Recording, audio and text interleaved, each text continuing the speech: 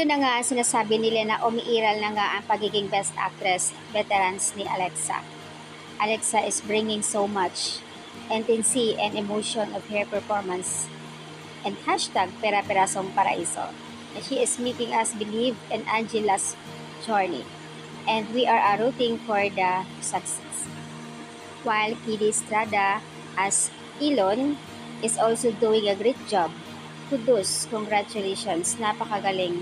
Sa scene na ipinakita kung saan ay umiyak si Alexa, na parang unti-unting natuklasan na nga ng mami ni Elon na sinasabi nilang may connivenance kaganapan.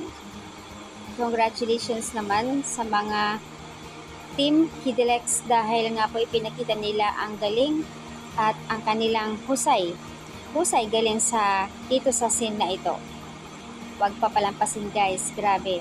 Sunod-sunod ang kanilang talagang emotional ang kanilang scene na ito. Samantala sa IG story naman ni Alexa ipinost kung saan ay binatin niya ang clinic ni Dr. Vicky Bilon. Happy 33 anniversary kay Doc Vicky Bilo.